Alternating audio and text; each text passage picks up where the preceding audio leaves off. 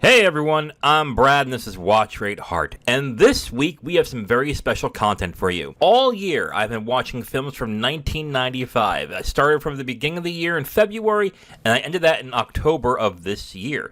Why did I do this? For this week, I'm going to discuss the best of 1995 in films. But I'm not just going to talk about the best films, I'm going to talk about the best directing, best writing, and best performances as well. And today, I'm going to start that with the best performances of 1995. We've got a big list to go through, and a lot of good performances that came out from this year, so why don't we just get started?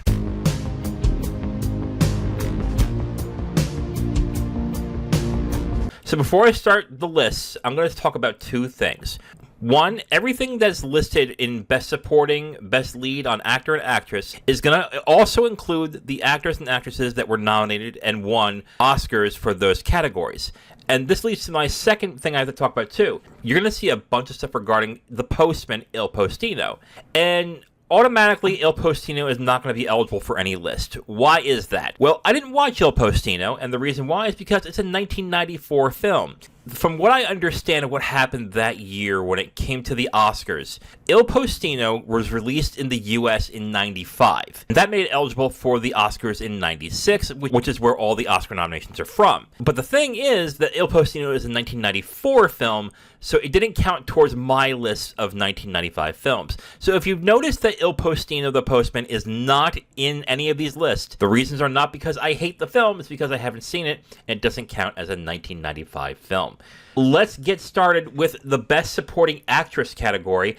I have to be honest with you, this was an incredibly weak year for Best Supporting Actress. Let me start off with the nominations for Best Supporting Actress from the Oscars. And these nominations were Kate Winslet for Sense and Sensibility, Mare Winningham for Georgia, Kathleen Quinlan for Apollo 13, Joan Allen for Nixon, and the last nominee and winner from that year, Mira Sorvino, for Mighty Aphrodite. So when I saw this list, I just figured the Oscars did a very poor job of choosing its nominees. And then when I started compiling my list for the 1995 year, I suddenly realized there's not a lot of people to choose from. It is a very small list. So including the 5 that were nominated already for Best Supporting Actress in the Oscars, I have 4 extra that I have in my list. That's Diana Scarwood for The Neon Bible, Brittany Murphy for Clueless, Rene Russo for Get Shorty, Catherine Keener for Living in Oblivion, and Isabelle Huppert for La Cérémonie.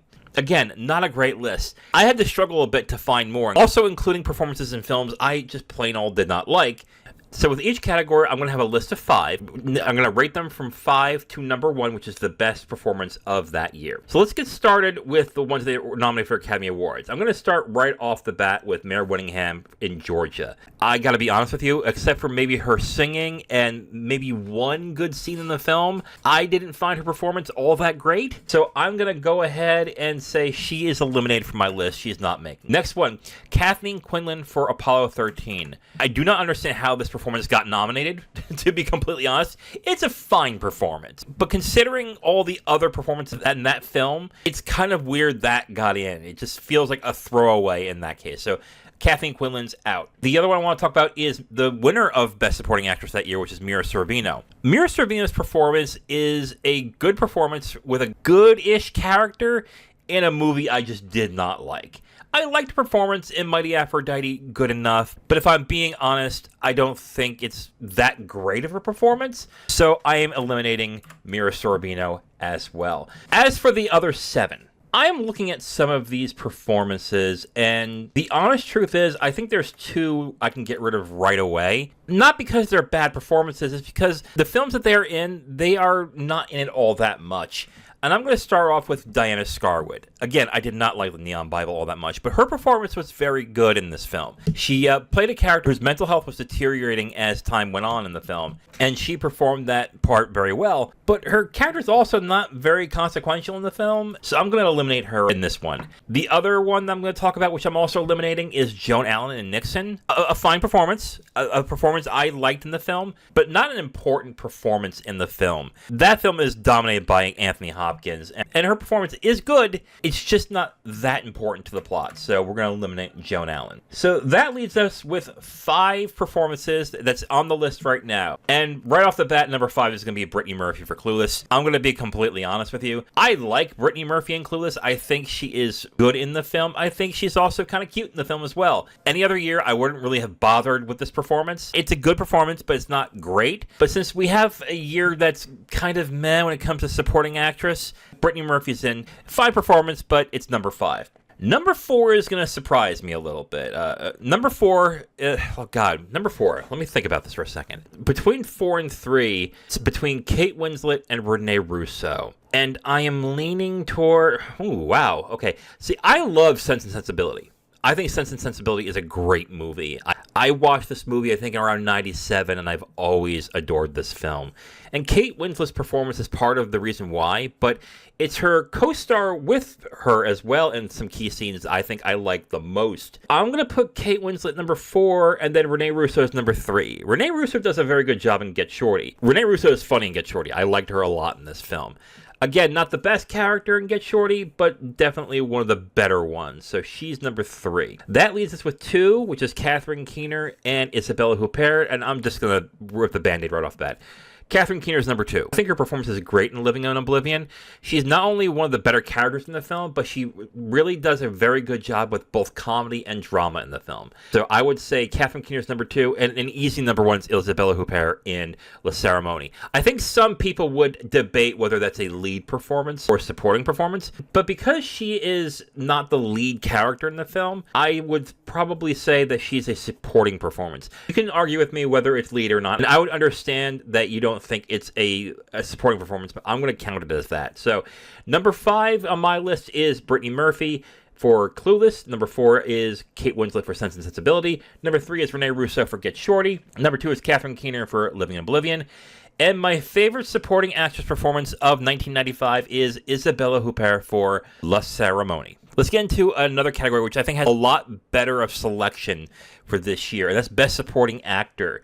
Let's start with the ones that were already nominated for Oscars that year. We have James Cromwell for Babe, Ed Harris for Apollo 13, Brad Pitt for 12 Monkeys, Tim Roth for Rob Roy, and the one that was nominated and won the Oscar that year was Kevin Spacey for The Usual Suspects. Let's go with my additions as well. I have Val Kilmer for Heat, Harvey Keitel for Smoke, Harold Perrineau for Smoke, S.A. Morales for My Family, Mi Familia, Don Cheadle for Devil in a Blue Dress, Brian Batt for Jeffrey, Patrick Stewart for Jeffrey, Patrick McGoohan for Braveheart, Gene Hackman for Get Shorty, Keith David for Dead Presidents, and Alan Rickman for Sense and Sensibility. Okay, so this is a lot better of a selection when it comes to the Best Supporting Actor performances. Let's start with all the actors that were nominated for Best Supporting Actor in that year. And right off the bat, I think Brad Pitt and Ed Harris automatically get into the top 5. I think they were fantastic performances. I think Ed Harris' performance in Apollo 13 is low-key the best performance in that film. Some will say Tom Hanks. I could debate that, but to me, it's Ed Harris. And Brad Pitt was just fantastic in 12 Monkeys. He was a very eccentric, showy character in that film. Really the best performance in 12 Monkeys. So he is in along with Ed Harris. As for James Cromwell for Babe,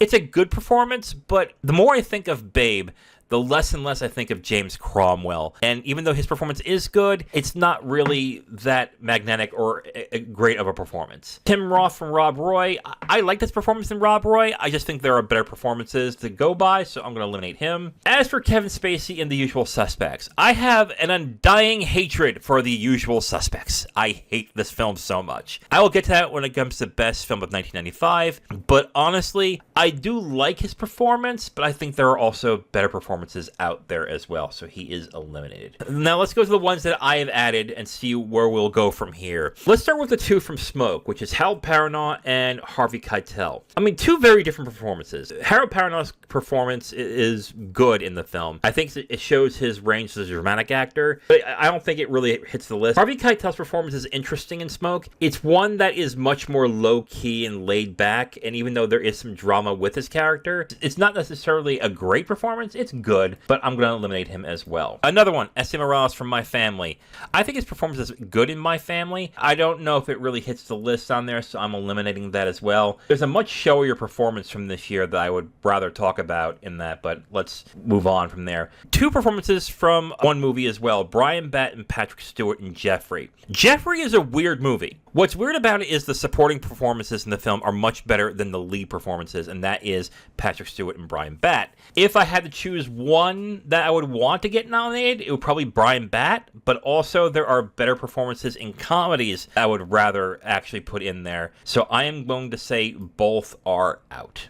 So let's talk about what's in. So I'm looking at the list right now. One I definitely want in there is Alan Rickman in Sense and Sensibility. You know how I was talking about there was a performance in Sense and Sensibility that I loved more than Kate Winslet's character? And that is Alan Rickman's character as Colonel Brandon in Sense and Sensibility. I love his performance in that film. The first scene you see him as Colonel Brandon when he sees Marianne is one of those all-time favorite scenes in a romance for me. It's a fantastic performance.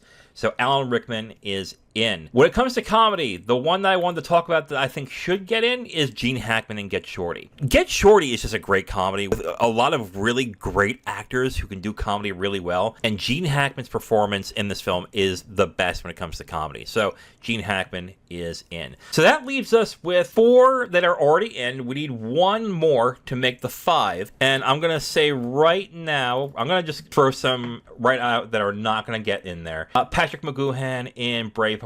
Fine performance as a villain, but not all that memorable. This is a tough one. Val Kilmer in Heat. I really like Val Kilmer's performance in this film, but let's be honest, when we think about Heat, who do we think about? We think about Al Pacino. That's who we think about. And Robert De Niro and that diner scene. I would say Val Kilmer is eliminated. Okay, so we are down to 2 more here, and that's Don Cheadle for Devil in a Blue Dress or Keith David in Dead Presidents. Both have a very clear distinction when it comes to the films they come from, and that is they make a not-so-good movie better by being in the film. I know a lot of people like Devil in a Blue Dress. I was kind of mixed on it, but I gave it 3 stars, I believe, because I really liked Don Cheadle's performance. And Dead Presidents was really flawed, but Keith David's performance was really good in this film. Wow, this is tough. I am going to have to say that if I had to choose one, it would be Keith David for Dead President. I know some of you would probably say Don Cheadle is the obvious pick here, and to an extent, I kind of agree with you there. However, Keith David's performance is really good in this movie, and he is one of the few shining spots in the film, so I have to give it to Keith David for Dead President. So here's the 5 that we have right now. We have Ed Harris, Brad Pitt, Alan Rickman, Gene Hackman, and Keith David. Number 5 is going to be Keith David for Dead Presidents. Again, great performance, but in a not-so-great film. Number 4, I'm going to have to give to Brad Pitt for 12 Monkeys. A very comedic performance, even though it's supposed to be a very mentally unstable character. I would say he was number 4. Number 3 is Gene Hackman for Get Shorty. I think his performance is hilarious in Get Shorty. Get Shorty has become an underrated movie in the past, 20 years. I don't hear anyone talking about Get Shorty, even though it's a great film. But this has one of Gene Hackman's best performances in all of his career, and it's a comedic performance. I would not be surprised if he got the role for the Royal Tenenbaums based off of this performance specifically. This comes down to Ed Harris and Alan Rickman. Ooh, this is interesting. Let me first off say, both actors, great actors. I don't think Alan Rickman got nominated once for an Oscar. I might be wrong on that, but Ed Harris got nominated 3 times. He never won one, but he's always deserved an Oscar. He's always deserved to have that award, but he's never gotten, which also makes me sad because I think Ed Harris is number 2 on this list. A great performance, the best performance in Apollo 13. A little understated, though, but I think he does a phenomenal job. And number 1 for me is Alan Rickman for Sense and Sensibility. I think his performance is outstanding. One of the best performances by a man in a romance that I have ever seen. Great performance. It is a goddamn shame he never won an Oscar in his career, but he's going to get my number 1 Best Supporting Actor performance for 1995. Alan Rickman, Sense and Sensibility. All right, let's get into Best Actor. We're going to start with the ones who got nominated for Best Actor in the Oscars. That'll be Massimo Triosi for The Postman, Sean Penn for Dead Man Walking, Anthony Hopkins and Nixon, Richard Dreyfuss for Mr. Holland's Opus, and the one that got nominated and won that year was Nicolas Cage in Leaving Las Vegas. My list includes Al Pacino in Heat, Robert De Niro in Heat, John Travolta in Get Shorty, Johnny Depp in Dead Man, Clint Eastwood in The Bridges of Madison County, Tom Hanks in Apollo 13, and Vincent Cassel in La Haine. Before I start, I mentioned the Postman problem that we have here. So Massimo Troisi is eliminated automatically because it's a 1994 film. I didn't watch the film, so he's gone. So not his fault, whatever, but that's how it is. Moving forward, let's start with the person who won Best Actor, which is Nicolas Cage in Leaving Las Vegas. I saw this film in February of this year, and if I am being honest, the performance is good. But now in hindsight, it looks like every other Nicolas Cage performance, except everyone's taking him seriously. And that's kind of it with that character. So with that, I'm going to say Nicolas Cage does not get in. Next is Richard Dreyfuss for Mr. Holland's Opus. It's a schmaltzy kind of dramatic role. It's a good movie, not a great movie, and same thing with Richard Dreyfuss. It's a good performance, not a great one. So I'm going to say he's out. Sean Penn in Dead Man Walking.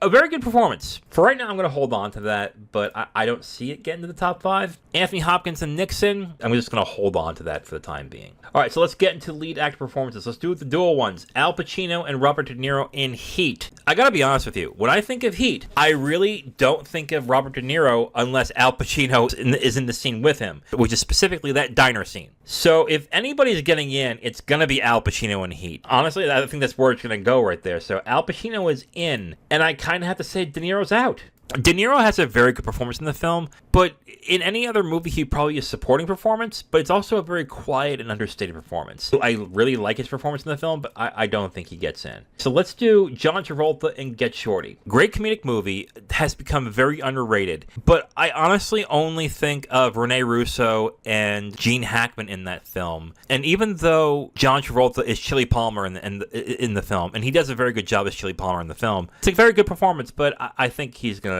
bow out. I don't think he's in. Johnny Depp for Dead Man. With me, Dead Man is more about the weirdness than of Johnny Depp's performance. Johnny Depp's performance in the film is kind of understated, if I recall correctly.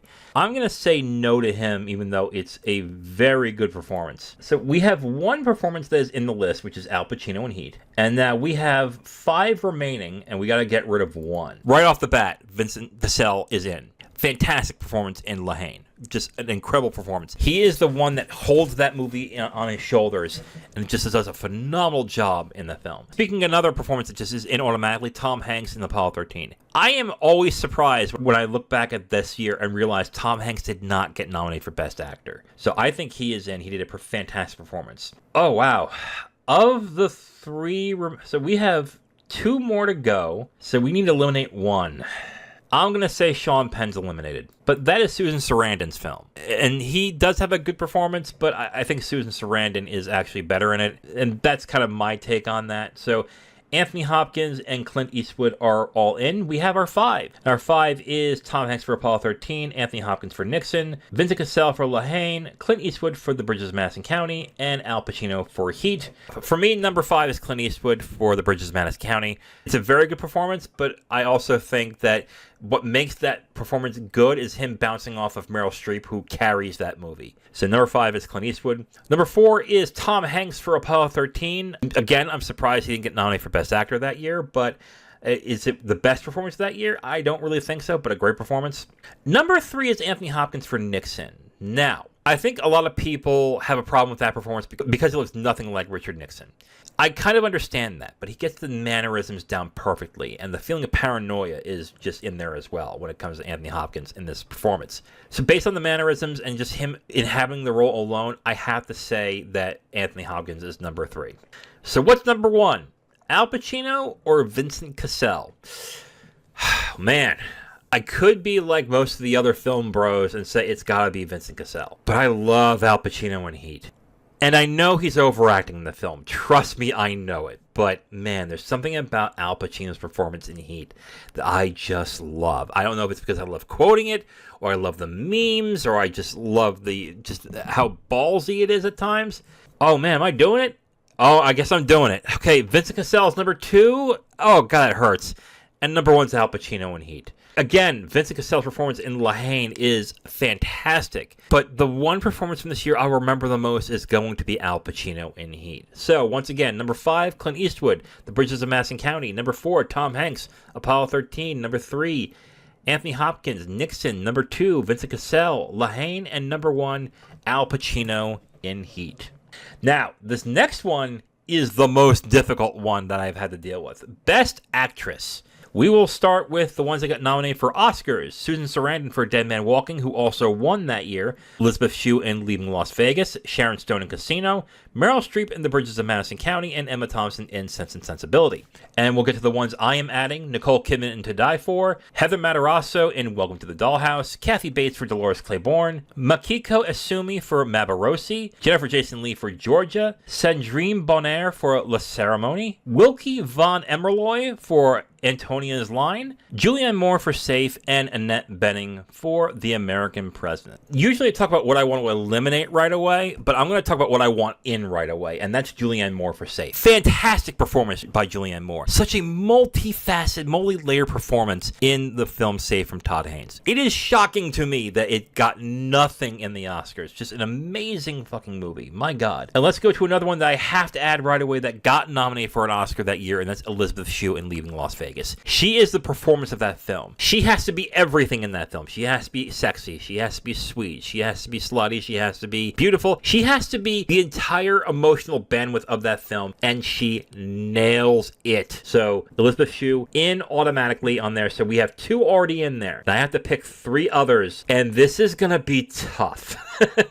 This is going to be brutal because there's so many fantastic performances from this year. So let me rip the Band-Aid off right away. 2 really good performances from films that I really like. Meryl Streep from The Bridges of Madison County and Emma Thompson from Sense and Sensibility. I'm going to eliminate them. I know I mentioned in Best Actor that Meryl Streep carried Bridges of Madison County, but I just think there are better performances that I have to include in this. So I'm going to say she's out. And Emma Thompson is the lead in Sense and Sensibility. But again, her performance, I think, is the one that I think of less when I think of that film. I think of Alan Rickman and Kate Winslet more in Sense and Sensibility. So they are eliminated. Okay, here's another one I'm going to eliminate. Sharon Stone in Casino. I don't really like Casino all that much. That's kind of shocking to a lot of people. I know a lot of people who love Casino. I've heard it all my life. How can you not like Casino? I'll explain that when it comes to the best films of the year and that episode. Her performance is very good in Casino.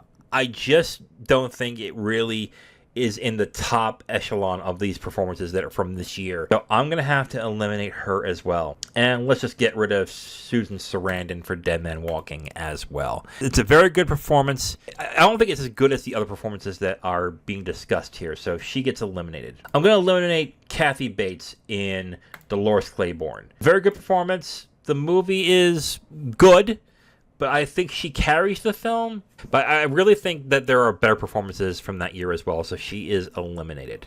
Another one I'm getting rid of, Annette Bening in The American President. To be absolutely honest, she's good in the film. But if I'm eliminating Emma Thompson, and I'm eliminating Meryl Streep from their performances and what I think are better romances, I can't justify Annette Bening being in there, so she is eliminated. I gotta see which ones I'm gonna keep. Oh my God. I have 3 more to choose. And I have 6 more to choose from. This is tough. As much as I hate to do this, Jennifer Jason Leigh in Georgia is out. Her performance is fantastic in this film. Let me say this right away off the bat, okay? When it comes to leading actress, if any of these leading actresses were in another year, they'd get in like that. Top 5, easily. Like, boom. Like, Kathy Bates, in. Jennifer Jason Leigh, in. Meryl Streep, in. But this list is so good. It's hard to really choose ones that need to get eliminated, and unfortunately, I would have to say Jennifer Jason Leigh isn't eliminated. Such a great performance, though. Movie's not that great, but she gives a great performance. Okay, one that has to go in is Nicole Kidman for To Die For. This is a performance that when I realized it never got nominated for Best Actress, I was actually stunned by. It's a great, darkly comedic performance, but there's some good drama in it as well. She plays a sociopath really well in this film. Like, my God, she's kind of scary in the film, but you also kind of, not root for her, but you kind of see where she's coming from in certain aspects of the film. To Die For Nicole Kidman, I think has to go in. 2 more. Oh, God. All right, so 2 more. I really wanted this person to get in the top 5, but the more I look at it, I can't do it, and that's Heather Matarazzo in Welcome to the Dollhouse. She carries Welcome to the Dollhouse throughout the entire film, but I think it's Todd Solondz's script that really makes it work so well. But she's fantastic in this movie, and it's kind of a shame that she's not going to get any recognition. But if you've seen the film, you understand why her performance is so good. So it's a shame, but she's out. Still need 2 more. Okay, I think I got it. This is another tough one, but Sandrine Bonnaire for La Cérémonie is out. I think Isabelle Huppert's performance is the performance of the film, but like at a 1B is Sandrine Bonnaire. As much as I really like her performance, it is a subtle performance. It is not as showy or as dynamic, but it's something that is gradual throughout the film. But really, it's Isabelle Huppert's performance I think really carries the film. Oh, God, that hurts, but I think she's out. So that means my list of the top 5, in no order right now: Julianne Moore in Safe, Elizabeth Shue in Leaving Las Vegas, Nicole Kidman To Die For, Wilkie Van Amelroy for Antonia's Line, and Makiko Asumi for Maborosi. Shit, this is tough. You know, it's almost unfair that I have to rate them from 5 to 1. It's not fair, because again, put these performances in any other year, I think they would win. Easily. Easily they would win. Man, who gets number 5? Shit. Okay, so number 5, I'm going to give it to Wilke von Amelroy for Antonia's Line. Her performance isn't as showy or as bombastic as all the other performances that I have on this top 5. Her performance is more of a grounding performance, I would say. It's something to keep the film centered and grounded for everything that happens in the film. She's not in the film as much as, let's say, Nicole Kidman or Elizabeth Shue is in their films. But still, performance I feel like needed to be given recognition for. So that's number 5, Wilke von Amelroy. Number 4 is Nicole Kidman for To Die For. Don't hurt me. Don't hurt me. She just plays the villain really well in this film and also has this comedic edge that is really good. Like, there's so many great things I could say about Nicole Kidman in this film, but she's number 4 on this. Number 3 is Elizabeth Shue for Leaving Las Vegas. She's everything for this film. She's everything in this film. I don't understand how Nicolas Cage gets all the credit for Leaving Las Vegas when really it's her performance that keeps everything at the way it has to be. All Nicolas Cage does in Leaving Las Vegas is he becomes Nicolas Cage, only in a sad way. And really, it's Elizabeth Shue that I think is the best performance in this film. So she gets number 3. Oh, man. This is tough. I love both of these performances, Julianne Moore and Makiko Asumi. I am going to say Julianne Moore is number 2 for Safe. Again, a very... No. I changed my mind. I changed my mind. And say number 2 is Makiko Asumi for Maborosi. A powerful performance in this film. Powerful performance. This is one of these few performances that is done so well, not because of how she delivers lines, but just by her facial expressions, just by her body language, and just how she carries herself throughout the film. The film does an amazing job showcasing one thing, and it's that even if you are in a good spot, even if you are in a good place, sadness can still creep in. And Makiko Asumi does this performance so well, showing that when the final scenes in the film of her crying about her ex-husband in the beach in that one beautifully shot scene with that great music, it hits really hard because she was able to keep the movie transfixed on her and to keep it as interesting as it is through her. It's an amazing performance. And I'm even... It's funny.